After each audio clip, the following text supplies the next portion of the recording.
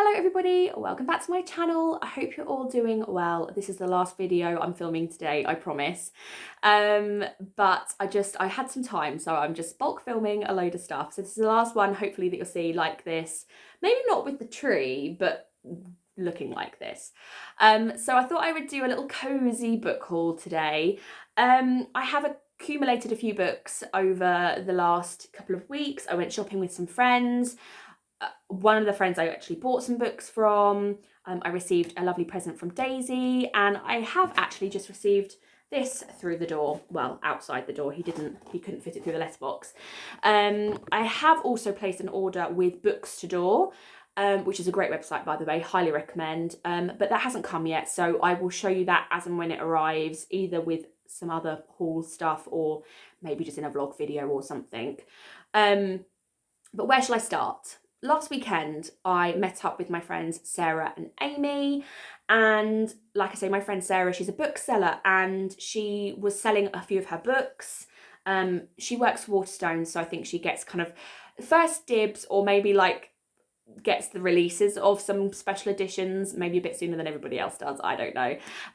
But she had these gorgeous editions of The Daughter of the Moon Goddess and Heart of the Sun Warrior. This one's actually signed, but I mean, they're absolutely stunning.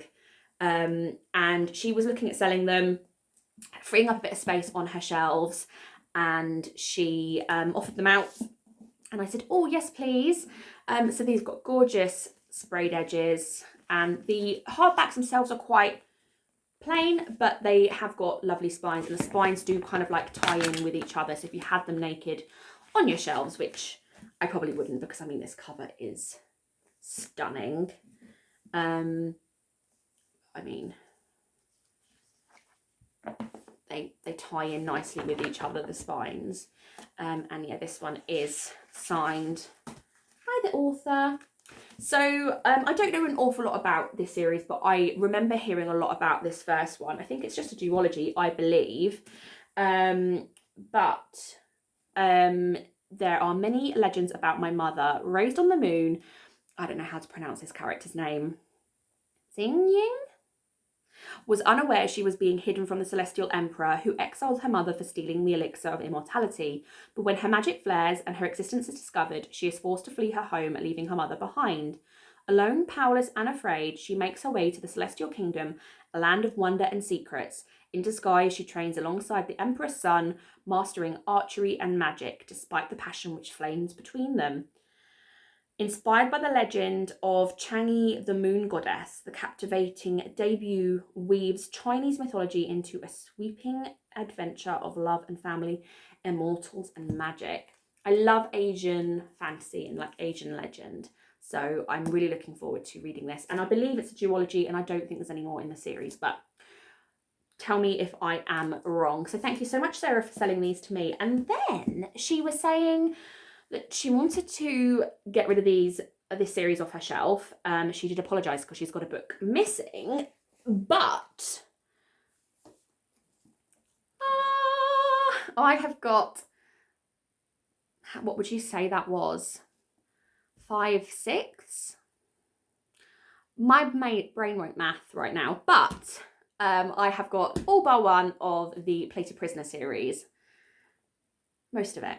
So thank you so much, Sarah, for those. I think book 2 is missing. I think I had a look at. So I've added it to my wish list, and I'll keep a look on it, see if it dips down in price at all. But if I see it come up on a like Vinted or on a sales, like a book sales group or something, then I'll definitely pick the second one up. But the first book, Guild, this is the story of King Midas, or that's what we're always told, the Golden King with his palace of riches, and me, the girl he turned to gold. Upon the snowy mountains in the 6th kingdom of Oria, I'm locked away in High Bell Castle, away from the dangers of the world below.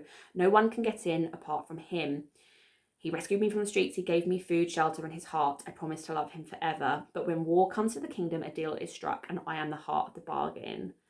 I'm really, really excited to start this series. I've heard lots of stuff about it, lots of positive reviews. And our friend Amy also has the series. So maybe we can buddy up and we can read some of it together, because she's got some gorgeous editions. I think she's got some special, like, I can't think of what it's called. She's got some really lovely editions. What's that shop called? That's going to really annoy me. Anyway, so maybe we can read them together as well. But thank you so much, Sarah, for gifting those to me. I really, really appreciate it. Can't wait to read them. Excuse me if I'm moving around a bit, but I've filmed several videos now, sat down on the floor, and now that I'm 30, my body doesn't like sitting cross-legged for too long. Sarah also popped in the bag Serpent of the Wings of Night, like promotional bookmark as well. So thank you, Sarah. I also received some surprise gifts from my wish list from Daisy May. Thank you so much, so much, Daisy. She gifted me this lovely notebook. I am trying to get back into the right headspace to write a book. In 2024, I became a member of the National Trust, and I started exploring many properties and gardens that are in my local area, trying to get like some inspiration for writing my novel. I've got an idea, and I've had an idea floating around for a long time in my head, but I wanted a notebook that I could have with me at all times. It's kind of like my Bible, because I really like the idea of the physicality of writing as well, and not just it being something that I'm like typing into a like computer. I wanted to, like, if I'm out and I want to physically write, have something that I can write in. So she got me this lovely, really nice thick notebook. So thank you so much, Daisy. And then she also gifted me with The Striker by Anna Huang. This is the latest release by this author. I've read most of their work, I feel like, this year. The only series I haven't delved into yet is the If Love series. If we ever meet again is the first book in that series. But I've got everything else that the author has written, and I want to continue my collection of their works. I have already read it. I did read it on Kindle Unlimited, and I didn't realise it was this blooming big, and I'm not surprised it took me so long to read it. I love this book, but this is also a really gorgeous edition because it's got a really nice art on inside the cover. But yeah, this is really nice. This is a like English soccer romance, so English football romance with like another player's arch nemesis, sworn enemy's sister, and she's a ballerina. Really enjoyed this, but can tell that it's written by an American in an English setting. There's just a couple of things that just, as an English person, just kind of, you can just tell aren't quite right, but I'm not going to be picky. So thank you so much, Daisy, for gifting me a physical copy of this. So this can now go, once I've sorted my shelves out, this can now go with all my other Anna Huang books and finish off my collection really nicely.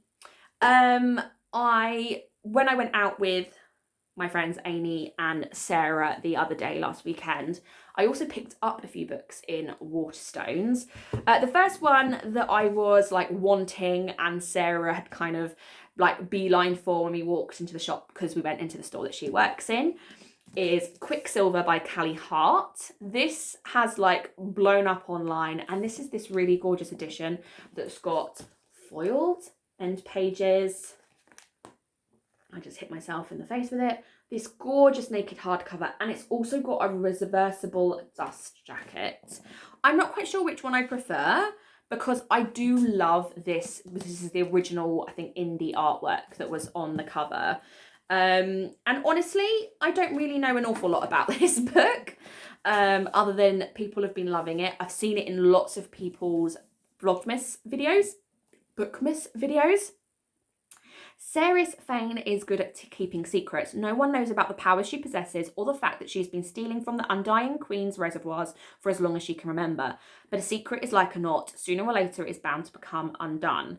When Ceres comes face to face with death himself, she inadvertently reopens a gateway between realms and is transported to Evilia, a land of ice and snow. The Fae have always been the stuff of myth or legend, of nightmares, but it turns out they're real, and Ceres has landed in the centre of a centuries-long conflict that might just get her killed.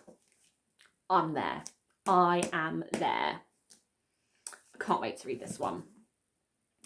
And then I saw this on a little table. This is the 2024 Waterstone's book of the year, children's book of the year, I Am Rebel by Ross Montgomery. My friend Kaz was reading this. I met up with her a couple of weeks ago just before Christmas. We try and see each other every month, and we both love reading and love books, and she was reading this. I was a bit late because the traffic was awful. It took me like nearly 45 minutes to do probably not even half a mile. It was really bad.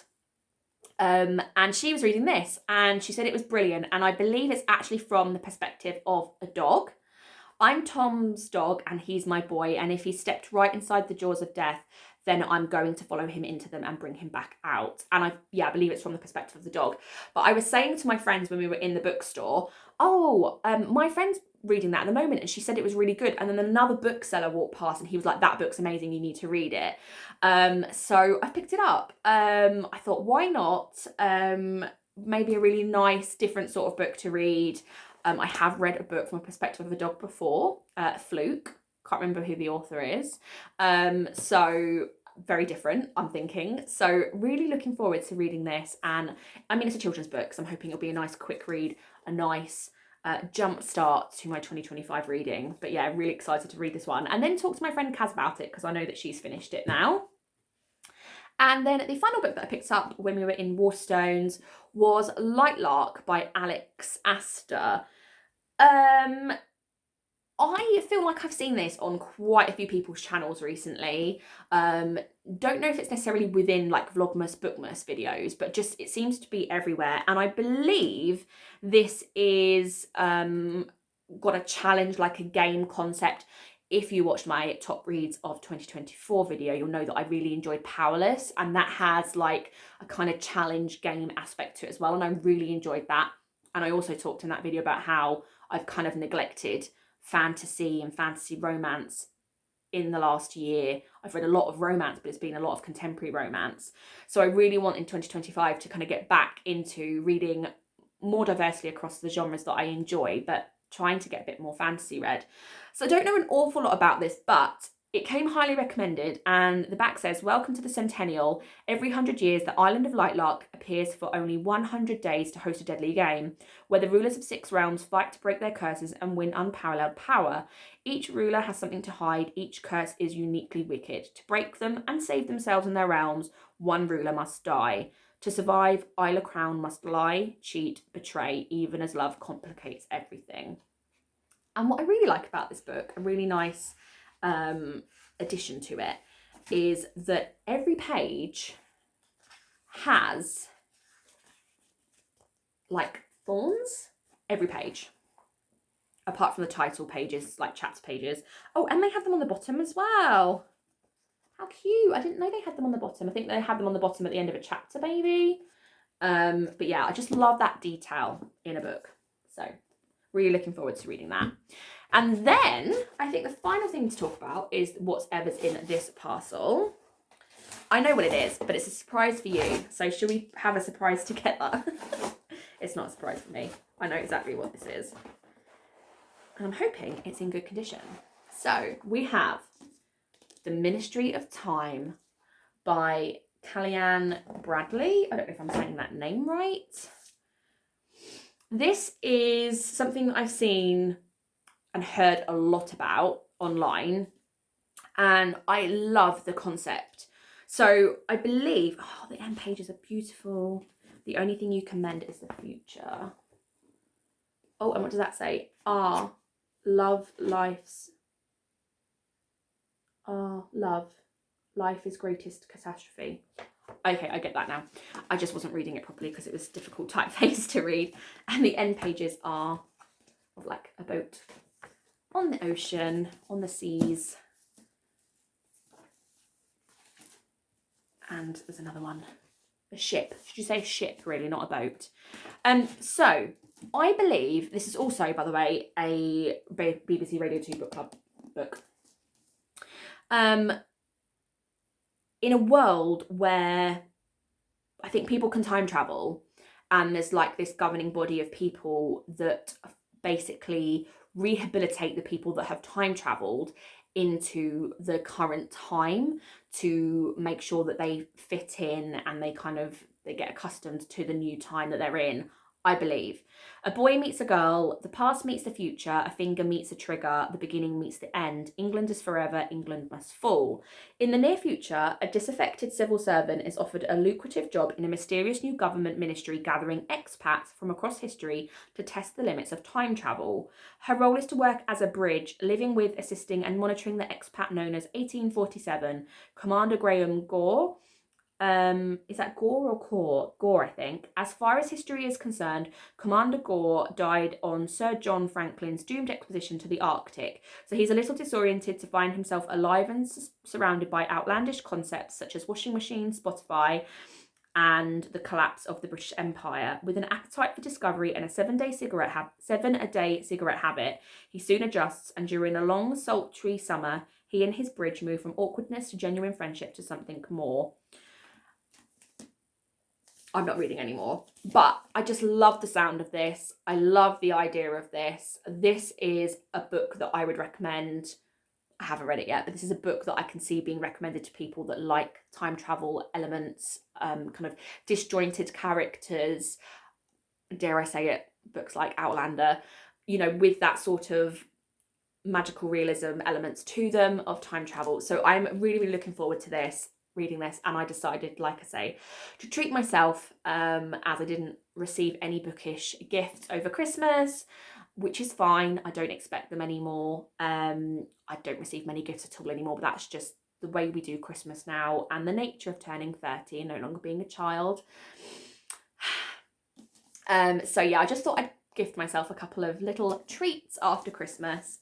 And like I said, I did get a bonus in November, so I had a little bit of extra money that I could spend, and I've been really good with my book buying this year.